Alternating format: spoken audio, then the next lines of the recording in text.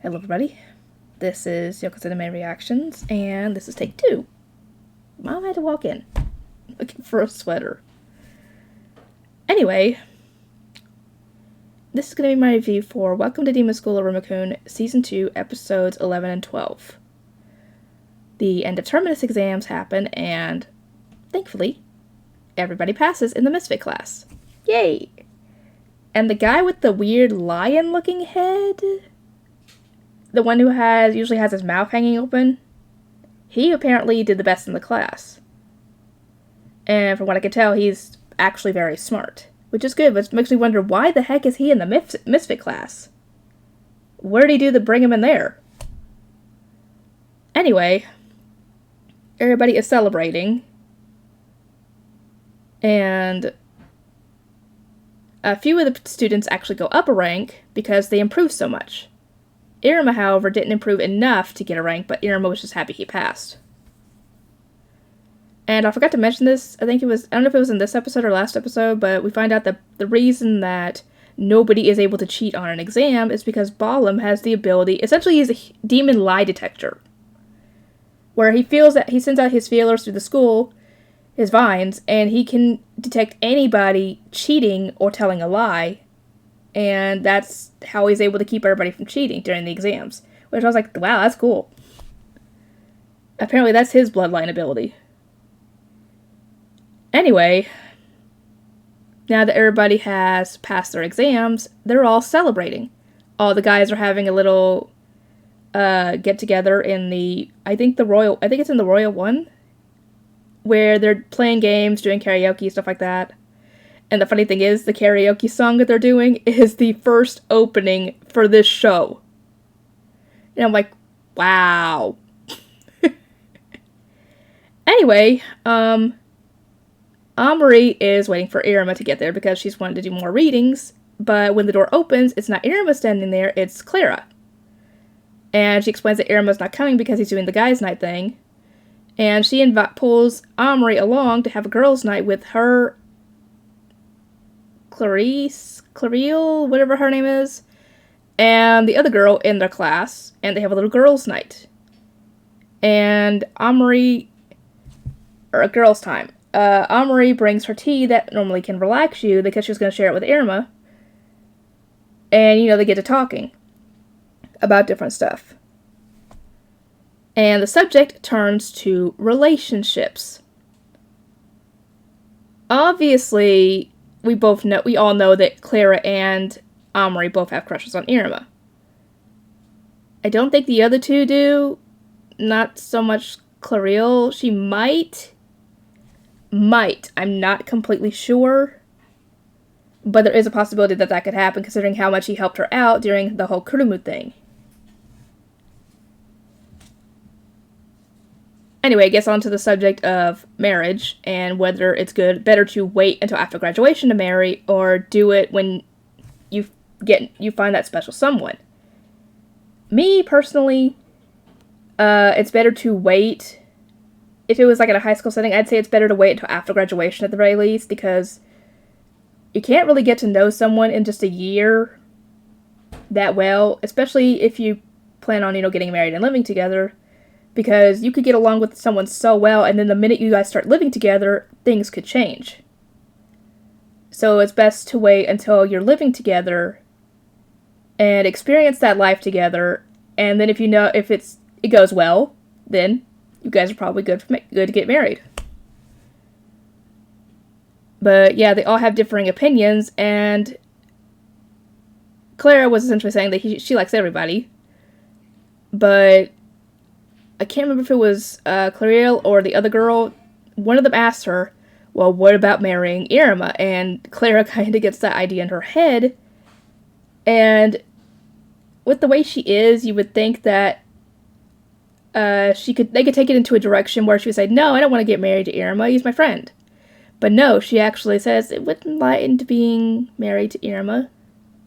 Which means that she does indeed have feelings for him, because she didn't totally reject the idea of possibly marrying him one day. Amari doesn't like this because this is another girl that's going after Iruma's affection.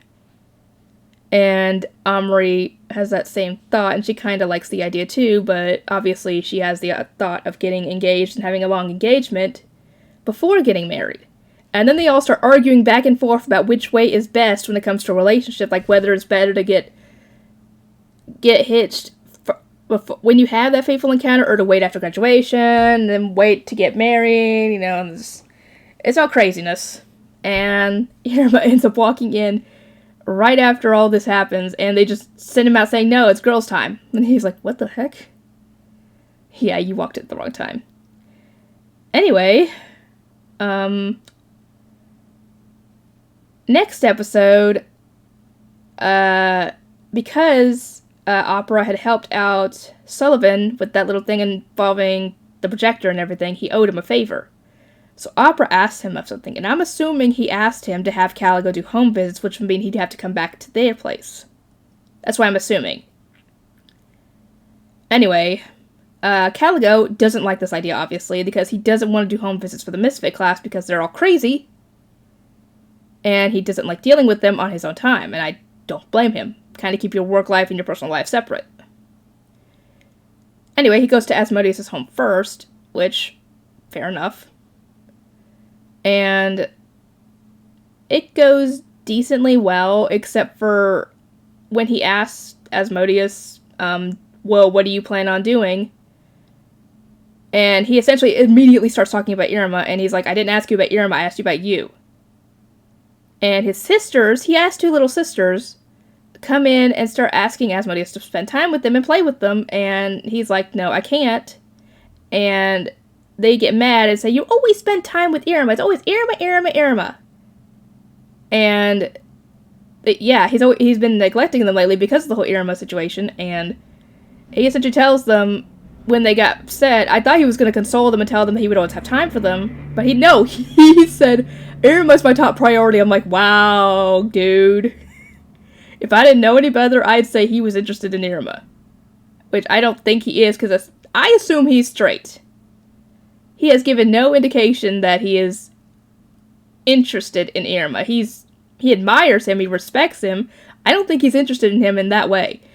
And the girls insult Iruma and say he's not that special, and Asmodeus chases after them. And I think they did that on purpose, just to get him to, I guess, chase after them and play tag with them, essentially. I would assume. Anyway, Caligo ends up wasting an hour there because the butler decides to tell him everything about Asmodeus from the time he was born up till now. And he goes to Clara's house, and oh boy, I knew it was going to be chaotic when he went there, and I was not disappointed. They had another song, and he was just as confused as I was this whole time. And thankfully, we finally get to meet the eldest son, who is nothing like his siblings. He is respectful, he's quiet, he's a normal kid. And Caligo even asked his mother, did you guys kidnap this one? Because he was so unlike them. He looked like them, but he was so unlike them personality-wise. And she's like, no, he's mine. Well, every once in a while, we spit someone out like this, and oh boy. And he actually ends up getting asked a few questions, like, what are your hobbies and everything. He actually answers it before he realizes he's there for a home visit. I'm like, wait. And he essentially tells them that, yeah, Clara is chaotic, but she has the potential to do better if she's considerate to people. Hello? Go upstairs and shut that bedroom door to our room. Okay. That's where a lot of cold air is coming in the house at. Okay, have you already left for the day? I'm already gone. Okay.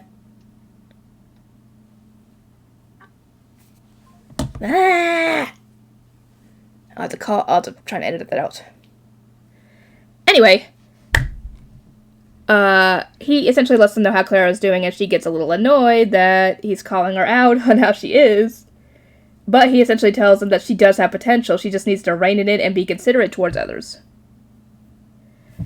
He ends up being stuck there for 2 hours, and they give him a bunch of stuff, and he leaves with it.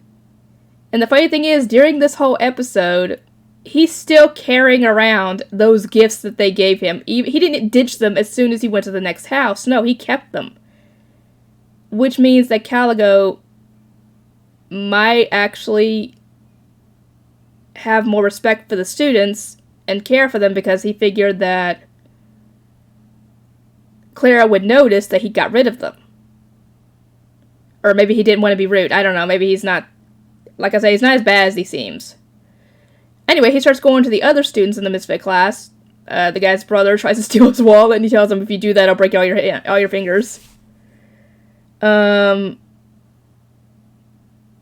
Most of it goes well, except for, what was the guy's name? The one who has the ability to take away someone's senses. His sister tries to ambush Caligo, and he tells him, run, Professor!